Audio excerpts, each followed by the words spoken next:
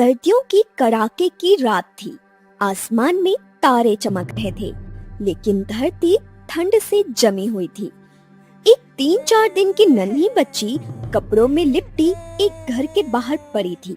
उसकी हल्की हल्की रोने की आवाज सुनाई दे रही थी, मानो वो अपने नसीब को पुकार रही हो।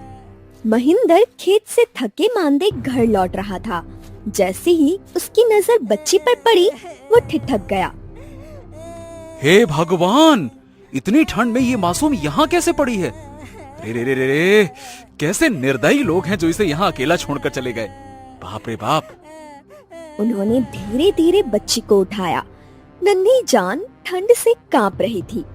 महेंद्र का दिल पिघल गया।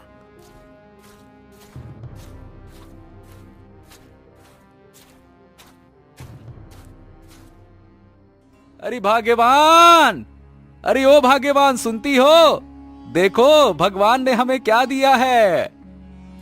शालिनी, उसकी पत्नी, रसोई से भागी भागी आई। बच्ची को देखकर उसकी आंखें नम हो गई। इतनी ठंड में किसने इसे ऐसे छोड़ दिया? कितनी प्यारी है ये। महेंद्र ने बच्ची को शालिनी की गोद में दे दिया।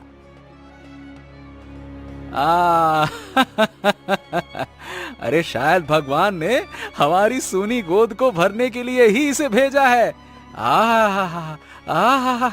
देखो तो कितनी प्यारी बिटिया है। अब से ये हमारी बिटिया है। इसे कभी ये महसूस नहीं होने देंगे कि ये हमारी अपनी संतान नहीं है। ठीक है ना भाग्यवान? हमें इसका नाम रखना चाहिए। मेरे ख्याल से जिया नाम कैसा रहेगा? हाँ, जिया, ये बहुत अच्छा नाम है। तुमने ऐसा नाम दिया है जिसने हमारे जिया को खुश किया है। यानी हमारी बिटिया और हमारा अपना जिया। ये सही है। आज से हम इसे जिया कह के बुलाएंगे। ये है हमारी जिया।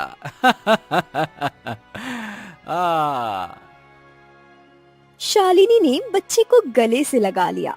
उसकी ममता उमड़ पड़ी। गांव के चौपाल पर 4-5 आदमी बैठे थे। महेंद्र और शालिनी द्वारा बच्ची को अपनाने की चर्चा हो रही थी। अरे राम राम राम, आखिरकार ये होगा कौन जिसने इस नन्ही सी बिटिया को इतनी सर्दी भरी रात में छोड़ दिया? अरे कैसे निर्दयी लोग हैं इस दुनिया में। अरे बिल्कुल सही कहा। ये तो मेरा सुनकर ही दिल बैठ गया। इतनी छोटी सी नन्ही सी प्यारी सी गुड़िया, अगर महेंद्र समय पर ना देखता तो पता नहीं क्या हो जाता। महेंद्र और शालिनी ने उसे अपनाया है। खुद उनकी कोई औलाद नहीं है, लेकिन इतनी ममता दिखाकर उस बच्ची की जिंदगी बदल दी है।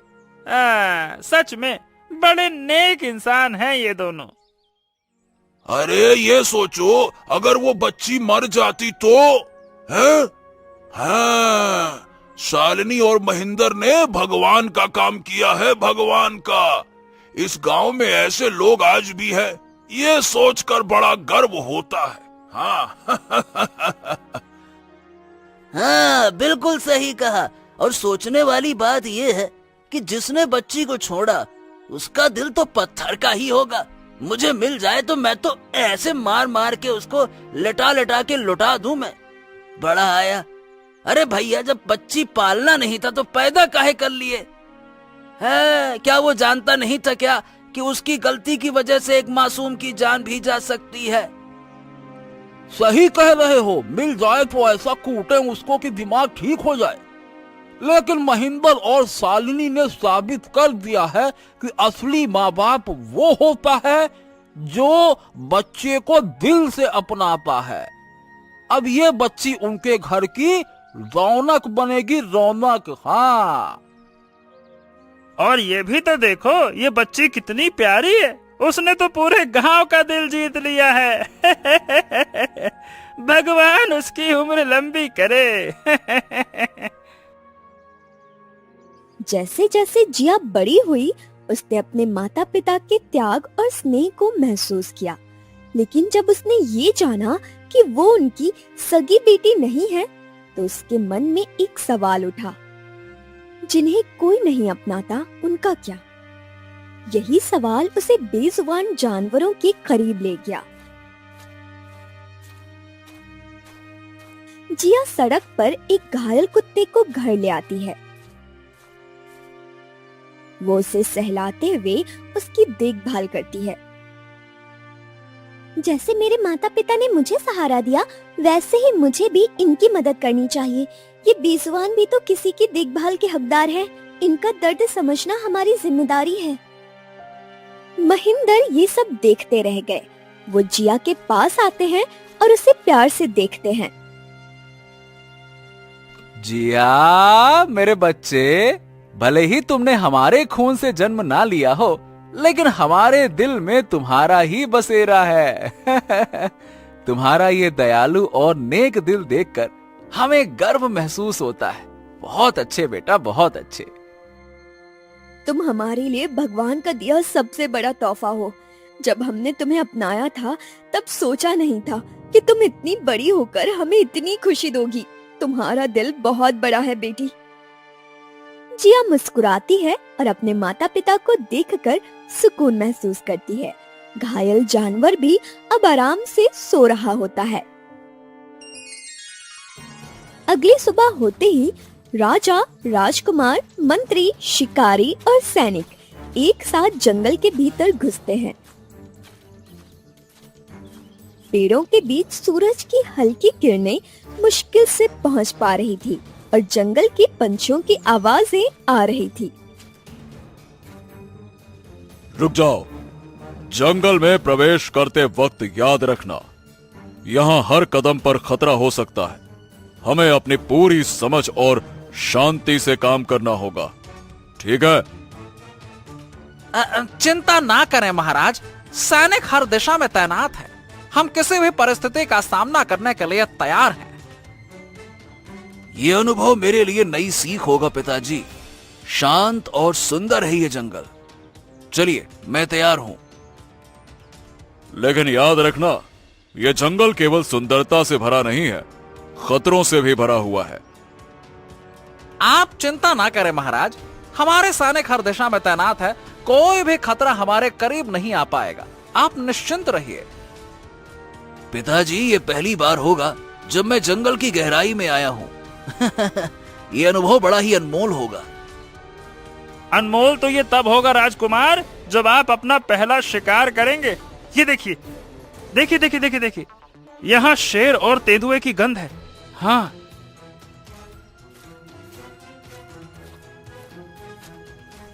जिया अपने घर के पास घायल जानवरों की देखभाल कर रही थी।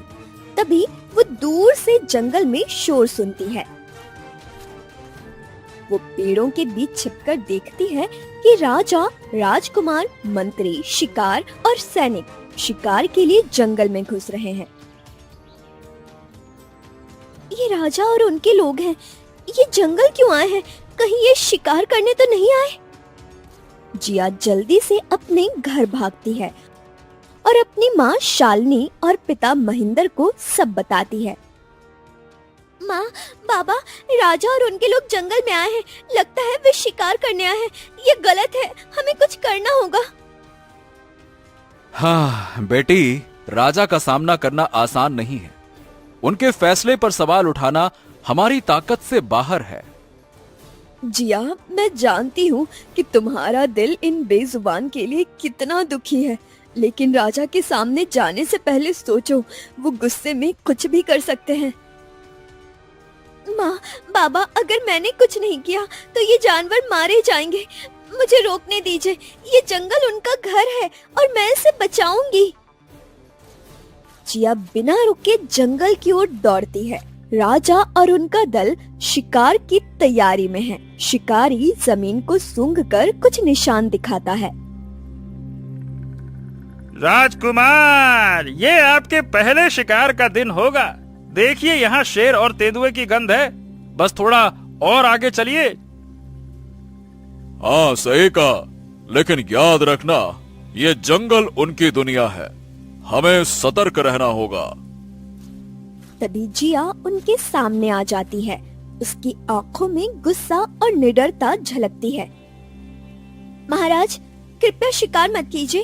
ये जंगल जानवरों का घर है, उन्हें भी जीने का अधिकार है।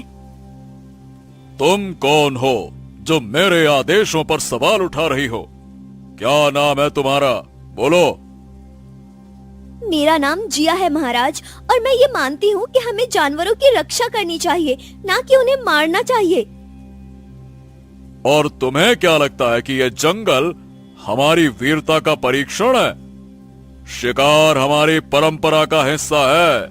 ये हमारी संस्कृति का सम्मान है, सम्मान।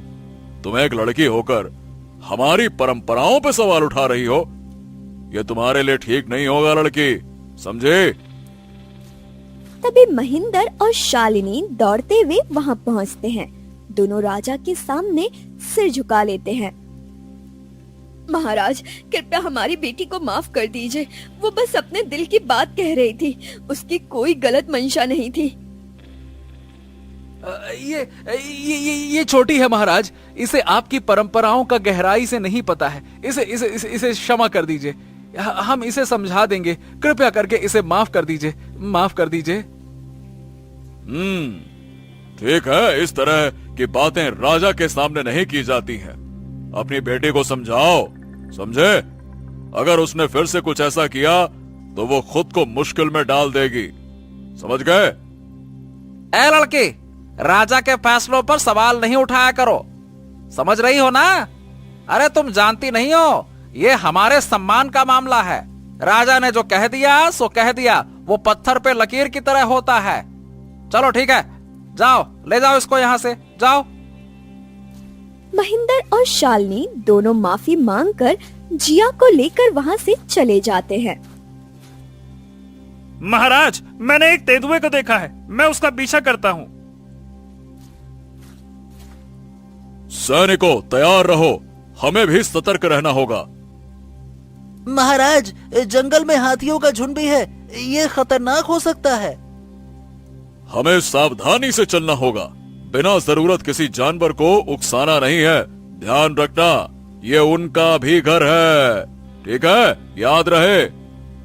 शिकारी तेंदुए का पीछा करते हुए गहराई में जाता है। बाकी लोग धीरे धीरे उसके पीछे बढ़ते हैं। तभी राजा को दूर कुटिया से धुआं उठता दिखाई देता है। अरे, वहाँ धुआं क्यों उठ रहा है? क्या किसी साधु की कुटिया हो सकती है क्या? हाँ, शायद हो सकता है महाराज, ये कुटिया किसी साधु की हो सकती है। हमें वहां चलना चाहिए महाराज, उनका आशीर्वाद लेकर हम सभी आगे बढ़ेंगे। चलिए। ठीक है, चलो। शायद हमें जंगल के बारे में कुछ और जानकारी मिल जाए। चलो, आ जाओ। राजा, मंत्री और सैनिक कुटिया की ओर बढ़ते हैं। कुटिया के पास पहुंचने पर साधु उन्हें देख मुस्कुराते हुए स्वागत करते हैं। हे राजन, स्वागत है आपका। इस जंगल में कई खतरनाक जानवर हैं, विशेष रूप से एक बाघ इन दिनों आसपास देखा गया है। कृपया सावधान रहें उससे। साधु महाराज, आपकी चेतावनी के लिए धन्यवाद। हम सतर्क रहेंगे अवश्य ही। साधु महाराज, ये बाघ जो है वो कितना खतरनाक है, क्योंकि उसी का शिकार आज मैं करूंगा। क्यों पिताजी? वो बहुत तेज और चतुर है, कई बार शिकारी भी उससे बच नहीं पाते। याद रखना। राजकुमार, मैं आपको शिकार पर जाने से रोकता हूँ। ये जंगल जीवों का घर है, उनकी हत्या से केवल विनाश होगा। कृपया इस जंगल की शांति भंग ना करें। साधु महाराज, मैं आपकी बात समझता हूं, लेकिन ये हमारा अधिकार है। हम यहाँ अपने राज्य की सुरक्षा के लिए आए हैं और हमारी पुरानी परंपरा है, शिकार जरूरी है। राजा और राजकुमार साधु से विदा लेकर कुटिया से निकलते हैं और जंगल की गहराइयों में शिकार के लिए बढ़ते हैं। जंगल में पहुंचकर टोली को 2 हिस्सों में बांट दिया जाता है। राजा और राजकुमार एक दिशा में जाते हैं, जबकि सैनिक और शिकारी दूसरी ओर। तभी एक सैनिक गलती से बाकी दल से अलग हो जाता है। वो चारों ओर देखता है, लेकिन जंगल की घनी छाया और अजीब आवाजें उसे और घबरा देती है। ये आवाजें, बाघ, हाथी, अरे मैं कहाँ गया, मैं कहाँ गया, ये क्या हो रहा है, ये क्या हो रहा है?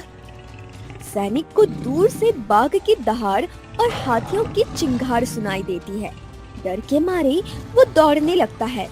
घबराहट में वो जंगल के और गहरे हिस्से में चला जाता है, जहाँ रास्ता और भी अनजान और डरावना हो जाता है।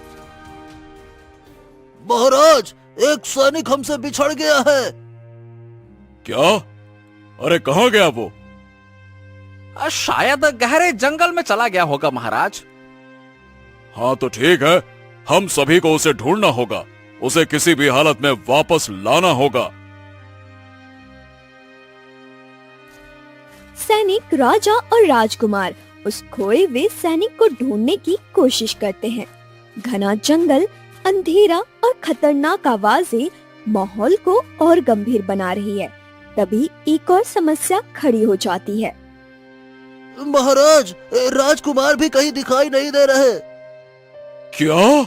अरे ये राजकुमार कहाँ चले गए? क्या हो गया राजकुमार को? महाराज, ये तो बहुत ही गंभीर स्थिति है। राजकुमार को ढूंढना तो हमारी पहली प्राथमिकता होनी चाहिए, अति आवश्यक होगा। सैनिकों, ढूंढते ढूंढते राजकुमार भी खो गए। अगर उन्हें कुछ हुआ तो मैं कभी खुद को माफ नहीं कर पाऊंगा। राजकुमार को ढूंढने के लिए जल्दी से योजना बनाई जाए।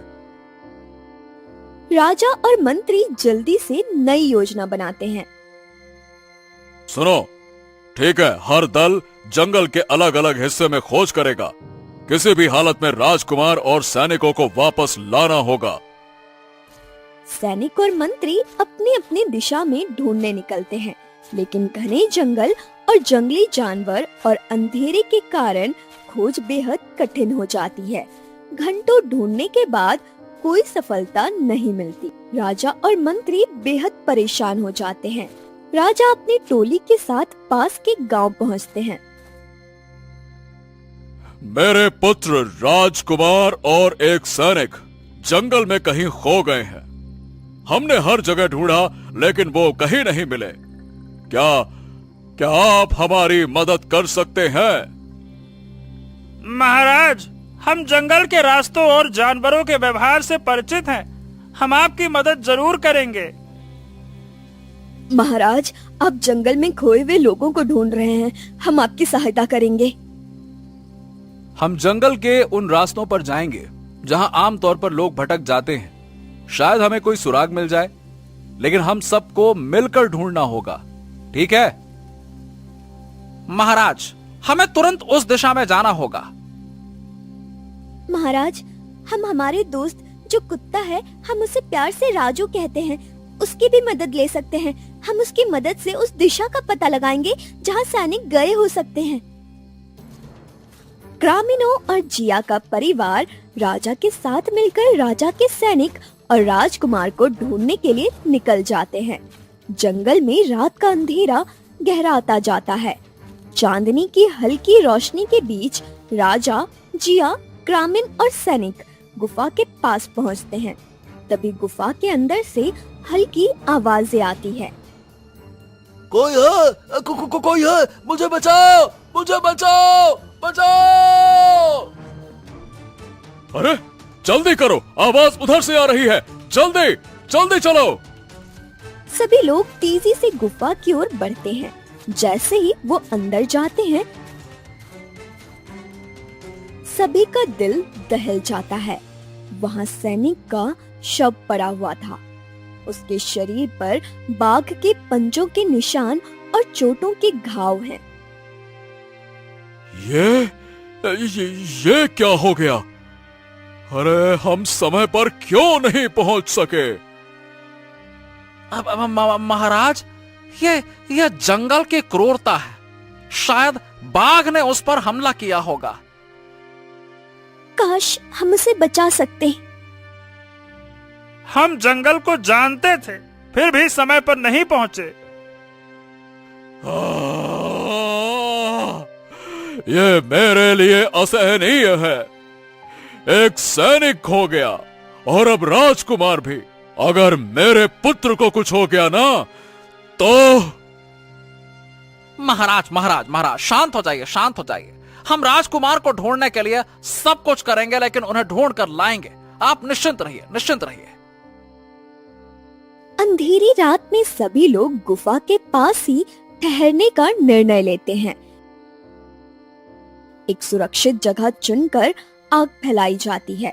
वातावरण में भारी सन्नाटा और चिंता है। महाराज, हमने खाने की व्यवस्था की है, कृपया कुछ खा ले। नहीं, मुझसे खाना नहीं खाया जाएगा।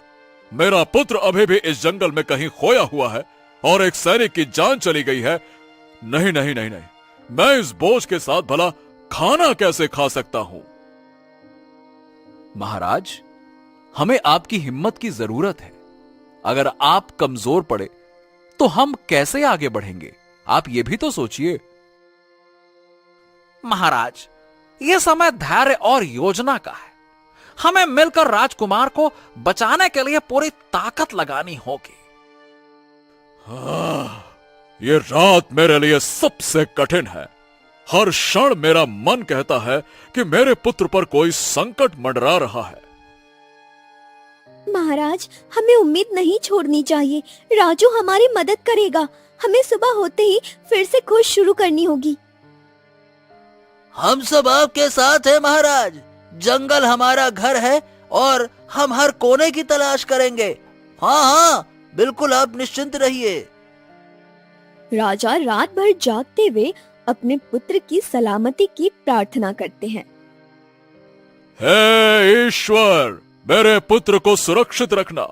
मैं उसे इस जंगल से वापस ले जाऊंगा, चाहे कुछ भी हो जाए। रात का समय, जंगल में आग की हल्की रोशनी चारों ओर फैल रही थी। आग धीरे धीरे राख में बदल जाती है। सुबह की पहली किरणों के साथ जंगल में थोड़ी राहत महसूस होती है। तुम सही कह रही हो जिया। हमें एकजुट होकर ही राजकुमार को बचाना होगा। अब कोई समय बर्बाद नहीं किया जाएगा। चलो, हमें तुरंत आगे बढ़ना चाहिए। जिया, राजू, राजा, मंत्री और सैनिक तेजी से उस दिशा में बढ़ते हैं जहां राजू उन्हें इशारा करता है। जंगल के खतरों और अजीब आवाजों के बीच वे सावधानी से चलते हैं। ठीक है, कुत्ते की मदद से हम राजकुमार को ढूंढ लेंगे। कोई भी चूक अब घातक हो सकती है। जल्दी करो, चलो। सब तेजी से आगे बढ़ते हैं। रास्ते में पंछियों की चहचहाहट और जानवरों की आहट जंगल की रहस्यमयता को और गहरा कर देती है। महाराज, देखिए, राजकुमार उस पेड़ पर है। राजा राजकुमार को पेड़ की ऊंची टहनी पर देखते हैं। नीचे शिकारी जानवरों का झुंड घात लगाए बैठा है। राजा का चेहरा चिंता और दर्द से भर जाता है। हाँ, हे भगवान, हाँ, मेरा पुत्र। लेकिन नीचे इतने सारे जानवर। हाँ, अब महाराज, यह तो बहुत ही खतरनाक स्थिति है। अगर जानवरों को भड़काया गया तो राजकुमार की जान खतरे में पड़ सकती है। हमें सोच समझकर कदम उठाना होगा। जानवरों का ध्यान भटकाना ही एकमात्र उपाय है। अरे, हम कोई गलती नहीं कर सकते। हमें राजकुमार को बचाने का हर संभव प्रयास करना होगा। सावधानी से योजना बनाओ, चाहे जो कुछ हो जाए, सावधानी से याद रखना। महाराज, हम सब मिलकर ये कर सकते हैं, लेकिन हमें समझदारी और धैर्य से काम लेना होगा। राजू के पास एक योजना है। राजू, ये कुत्ता हमें रास्ता दिखाएगा? जी महाराज, राजू ने हमें कभी निराश नहीं किया। वो जानवरों का ध्यान भटकाने में हमारी मदद करेगा। हम आग जलाने का इंतजाम कर रहे हैं महाराज। धुआं और गंध जानवरों को खींच लेगा। साथ ही हम आवाजें निकालकर उनका ध्यान और भटकाएंगे। आप निश्चिंत रहिए। हाँ, ये योजना जोखिम भरी है, लेकिन ये हमारे पास आखिरी मौका है। सभी को अपनी अपनी जगह संभालनी होगी, कोई गलती ना हो, ध्यान रखना। राजू, अब तुम्हें अपनी सबसे बड़ी जिम्मेदारी निभानी है। हम सबको तुम पर भरोसा है। राजू जोर से भौंकता है, मानो अपनी सहमति दे रहा हो। सैनिक और ग्रामीण सूखी लकड़ियों को इकट्ठा कर आग जलाते हैं। आग से उठते धुएं जानवरों का ध्यान भटकने लगता है। राजू दौड़कर जानवरों को उस दिशा में खींचने की कोशिश करता है जहां आग जली है। ये धुआं और गंध जरूर काम करेगा। जल्दी करो, जल्दी जल्दी। हाँ, जानवर हटने लगे हैं। वाह! राजकुमार पेड़ से सुरक्षित नीचे उतर जाते हैं।